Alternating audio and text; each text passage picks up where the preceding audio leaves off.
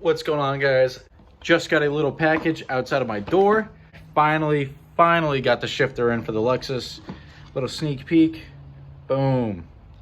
So I don't know if I explained it in the last video, but I did find one on Z1 Motorsports. I think that's what it was, Concept Z Performance.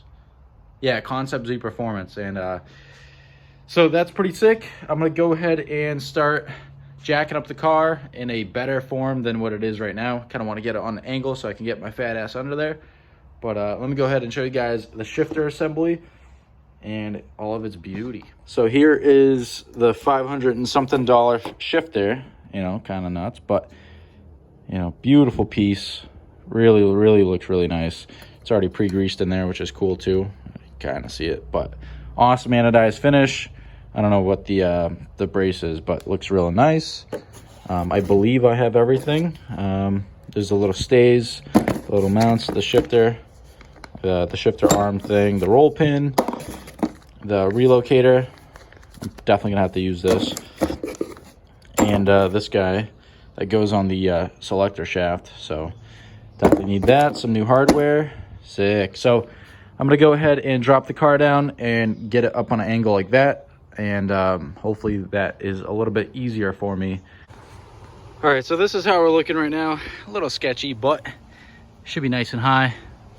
I should probably chalk the back wheels, but I'm gonna go ahead, climb under there and see what I can do. All right, so first things first, I gotta get this stock or this modded shifter out of here, and then we can go ahead and punch out the roll pin right there and continue with the Serial 9 setup. All right, so we got the little linkage off. Kind of a pain in the ass, kept hitting my knuckle, but that's off. So we're gonna go ahead and get this thing set up. Where's it? This guy right here.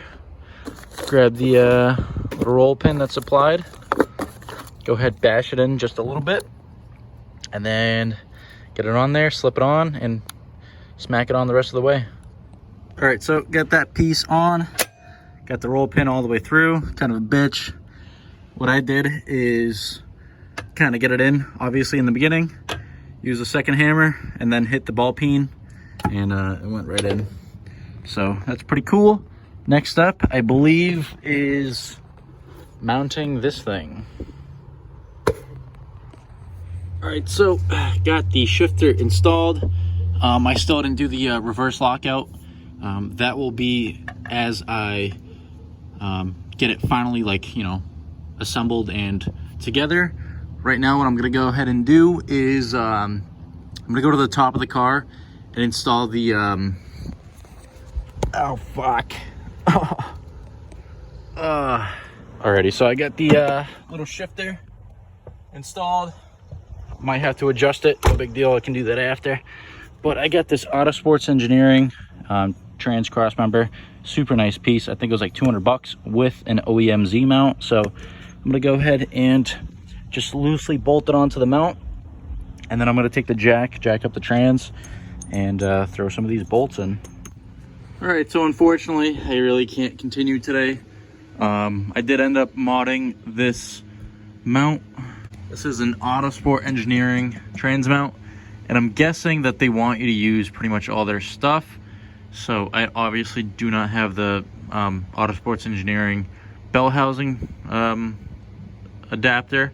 I have the Maverick Motorsports, so this really didn't line up too good.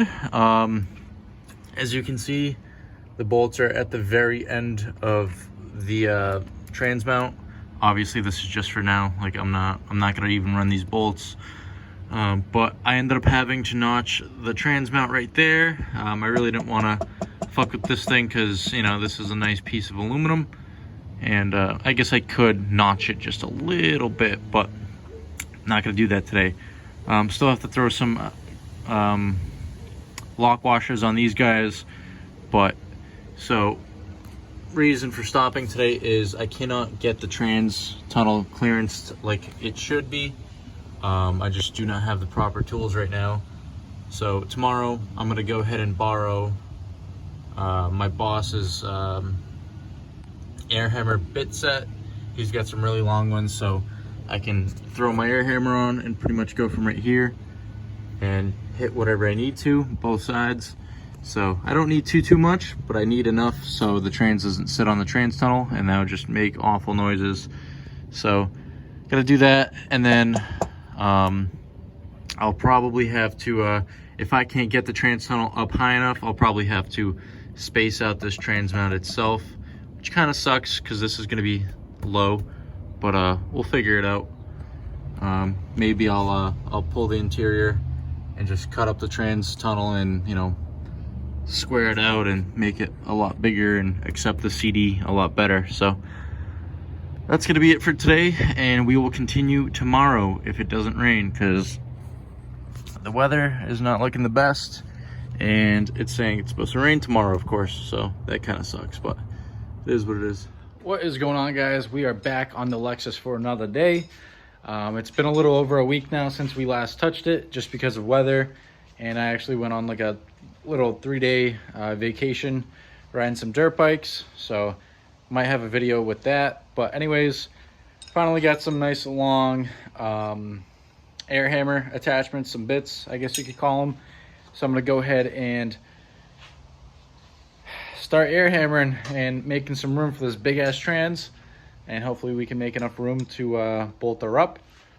And then I'm just gonna button up a few things. It's like 93 degrees outside today, so definitely don't want to be out here too long, but I guess let's just see what we can get. All right, so I am not having fun at all. I got a plan B. Kind of don't want to do it, but I think it's going to be the best route in the long run. Let me show you guys exactly what I'm talking about.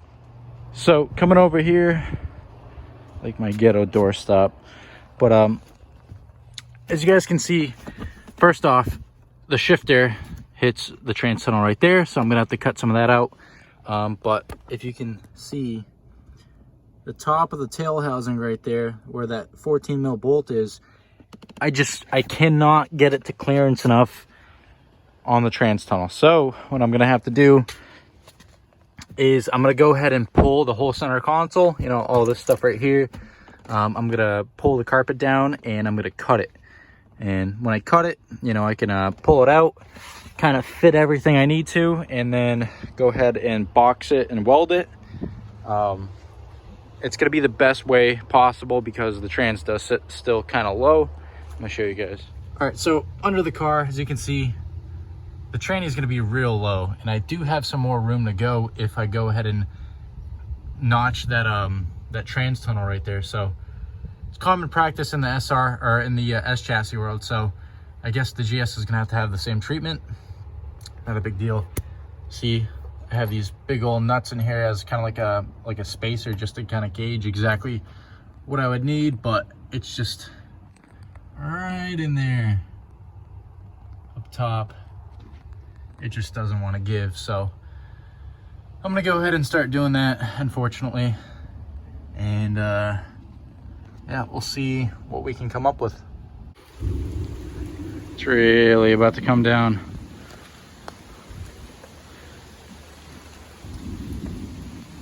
Poor GS.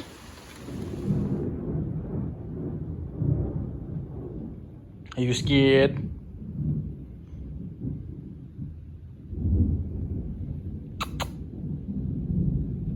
All right, so it's been about a week since we last worked on the Lexus. So it pretty much rained every single day after that video, or after that last clip. So it is Monday the 5th after the 4th of July. And surprisingly, I got work off. So we're gonna try and get some stuff done on the Lexus today. I really wanna try and get the trans tunnel widened and get the tranny fully bolted in. So I went ahead and picked up a little body saw. It's an Astro, works pretty mint. I'm just gonna hop into it, start cutting some stuff, and hopefully we can figure something out. All right, so I got this little slit cut into the trans tunnel.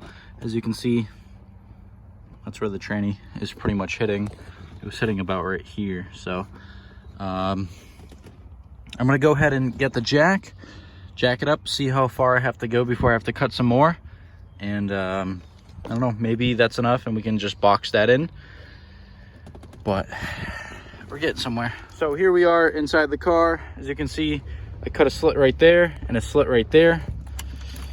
I didn't bend that side out as much, but this trans is so big, but as you can see, it's starting to touch again right here and right here. All I'm gonna do is basically cut it down just a little bit more, peel it out.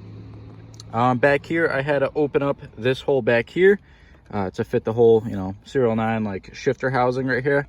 So it's up at a very good height. Honestly, I don't really need to go too much higher. The shifter is going to be at a good spot. I do believe I'm going to have to get another shifter to push this forward, because this is going to be real close to the center console. But we'll get under the car here, show you guys how high the trans is now. As you can see, it's pretty much in line with the frame rails. I don't hit the frame rails super often, so that's a pretty good height for me. Even if I do, you know, hit that here and there, it's not gonna totally destroy the transmission. And as you can see, the cross member is mint. It can bolt right up, so no need for some janky ass spacers. And now the drive shaft angle is going to be a lot better without spacers. And yeah, just everything is so much better. So I got the first patch panel made up. Kind of messed up right there, but I will be able to get some weld over there. Not a big deal, but as you can see, it's gonna cover up that hole pretty good. So I'm gonna go ahead and get the welding blanket over here and start tacking it in. All right, so got that patch panel all welded up. Definitely not my best work, couple little pinholes, but I'm gonna go ahead and give this a coat of paint, some epoxy, some that stuff right there, VHT, supposed to be direct to bare metal, so let's hope. But so after I do a coat of paint, I do want to do some seam sealer all the way around that. I do not have any here, but I do have some at work, so I'm just gonna paint it and leave it for, you know, the next day. So I'm gonna paint this up and then scoot on over to the other side. All right, guys, so I got this side all welded up. As you can see, not the prettiest welds, but hey, what are you gonna do? It sucked to get in there. Got some slag burns on my arms, but that's all welded up. I painted it. Looks pretty good. Should be plenty of space for the transmission now. Still have to run to the hardware store, pick up some bolts. Last things I gotta do before I put the interior back together is I gotta seam seal everything. I'm only gonna do from the interior side, because you're really not supposed to seam seal both sides of a seam. So I'll do the driver's side tunnel, passenger side tunnel, and then I can go ahead and just put everything back together. Just kind of clean it up, just vacuum the car just because I get the seats forward, you know. Still gotta clean up my mess out here and organize some stuff out in the garage, but we made some great progress today, and I'm super excited. And hopefully in the next video we can go ahead and start buttoning up some of the more annoying stuff, like extending the harnesses and yada yada. So hope you guys enjoyed this video. Give it a thumbs up, and I'll try and get that next video out as soon as I can.